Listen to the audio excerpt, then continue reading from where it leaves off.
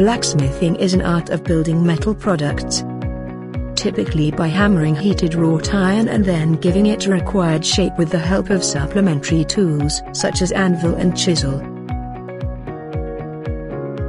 The heating process exploits coke, coal, oil and inflammable gases to turn metal into a malleable material.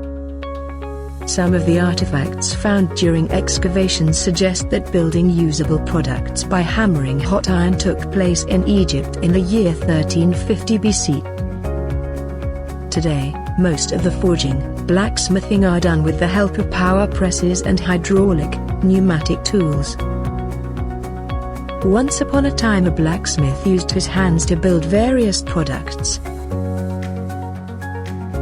They build some of the most intricate, precise and highly compelling accessories using traditional methods.